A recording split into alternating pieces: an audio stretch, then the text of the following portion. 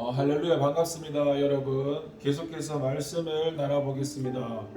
사사기서 16장 25절의 말씀. 그들의 마음이 즐거울 때에 이르되 삼손을 불러다가 우리를 위하여 제주를 부리게 하자 하고 옥에서 삼손을 불러내매 삼손이 그들을 위하여 제주를 부리니라. 그들이 삼손을 두 기둥 사이에 세웠더니. 아멘. 여러분, 하나님의 종을 조롱하는 자는 응분의 대가를 받습니다. 25절부터 30절까지 보면은 이 블레셋 사람들은 그들의 신인 이 다곤 신전에 모여 있다가 엄청난 참사를 당했습니다. 그것은 삼손이 신전의 기둥을 무너뜨림으로 인해서 순식간에 신전이 무너진 결과였습니다. 이때 블레셋 사람들이 그 신전에 모여 있었던 이유는 자신들에게 막대한 피해를 입힌 삼손을 포로로 삼은 일을 자축하면서 삼손을 희롱하기 위함이었습니다. 그런데 그러한 희롱의 결과가 바로 자기 파멸을 불러온 것입니다. 이는 삼손이 비록 하나님 앞에 범죄해서 그 대적에게 넘겨졌다고 할지라도 여전히 그는 하나님의 종이었기 때문에 하나님은 하나님의 종이 그 대적으로부터 그렇게 조롱당하는 것을 용납하지 않으신 까닭입니다. 여기서 우리는 하나님의 종을 함부로 판단하거나 흉보아서는 안 된다는 사실을 교훈을 받을 수가 있습니다. 하나님께서 세우신 종을 조롱하는 행위는 하나님의 징벌을 면치 못합니다. 성경에는 하나님의 종을 비방하거나 조롱하다가 징벌을 받는 경우가 종종 나오는데요. 그 대표적으로 바로 미리암을 들 수 있습니다. 모세의 누나였던 그녀는 모세가 구스 여자를 새 아내로 맞이하자 그것을 비방하였습니다. 아마도 그녀에게는 모세가 늙은 나이에 새 아내를 맞이하고 그것도 이방인이고 흑인이었던 구스 여자를 맞이한다는 것이 아무래도 그 이스라엘의 최고 지도자로서는 그 바로 그런 채신머리 없는 행동으로 여겨졌는지도 모릅니다.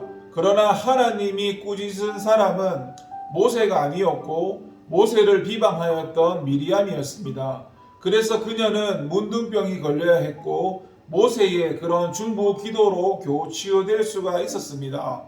참으로 하나님께서는 하나님의 종을 친히 판단하기 원하시지 그 판단을 사람들에게 맡긴다거나 하나님의 종이 세상으로부터 조롱당하는 것을 결코 원치 않으십니다. 오히려 그러한 자들이 있다면 그들을 징계하십니다. 그래서 여러분은 하나님의 종에 대해서는 하나님이 판단하시도록 맡겨드리시기 바랍니다.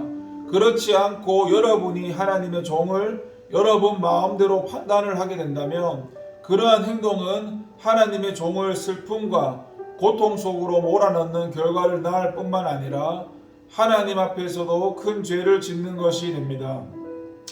하나님의 종에게 허물이나 부족함이 있다고 할지라도 그것을 자주 입 밖에 올리는 것은 여러분에게 아무런 유익을 주지 못합니다. 따라서 여러분은 오히려 하나님의 종들을 위해서 기도하고 그들의 허물이 눈에 보인다 할지라도 감싸주는 사랑을 실천하시길 바랍니다. 여러분, 악인들이 즐기는 그런 기쁨은 자기들의 종말을 재촉합니다. 25절에 보니까 블레셋 사람들이 이 마음이 즐거울 때에 삼손을 불러내어서 그로 하여금 제주를 부리게 하였다고 했습니다. 여기서 그들의 마음이 즐거울 때라는 것은 이 축제의 흥이 최고조에 이른 때를 말합니다. 블레셋 사람들은 그들의 축제의 이 클라이막스를 그들이 잡은 삼손을 조롱하는 일로서 장식하려 했던 것입니다. 하지만 그들이 자기들의 기쁨을 돕기 위해서 했던 그 일은 오히려 자기들의 종말을 재촉하는 결과를 낳고 말았습니다. 삼손이 다곤 신전을 물어뜯어 버림으로 말미암아 신전 안에 있던 수많은 무리가 깔려 죽게 된 것입니다. 그래서 이러한 사실은 악인들이 자기들의 즐거움을 위해 추구하는 기쁨의 그런 최종적인 결말은 멸망일 뿐이라는 것을 교훈해 준다고 하겠습니다. 이 세상에서 악을 벗삼고 그것을 즐기기에 익숙한 사람들은 자기들이 즐기는 기쁨들이 자기들의 구원과 영원한 해방을 가져다 줄 것처럼 생각하곤 합니다. 그래서 어떤 사람들은 육체적 향락에 몸을 내던지되 더 큰 쾌락을 맛보고자 애쓰기도 합니다. 그래서 마약과 약물에까지 손을 뻗쳐서 그것이 떨어지면 다시 그것을 얻기 위해 무슨 짓이든지 합니다. 그렇다면 과연 그러한 일들이 그들에게 유익을 줄 수 있을까요? 그렇지가 않습니다. 그런 것들은 잠시 잠깐의 쾌락은 제공해 줄 수 있을지는 몰라도 그 육체와 영혼을 더 빨리 병들고 황폐케 해서 멸망에 처할 수밖에 없도록 부채질을 합니다. 소돔과 고모라성을 보십시오. 그들은 그 멸망이 있기 전까지 온갖 향락과 음액을 일삼으면서 자기들 육체의 즐거움을 만끽하다가 하나님의 천사들마저 욕보이려 하였다가 순식간에 그 멸망을 맞고 말았습니다.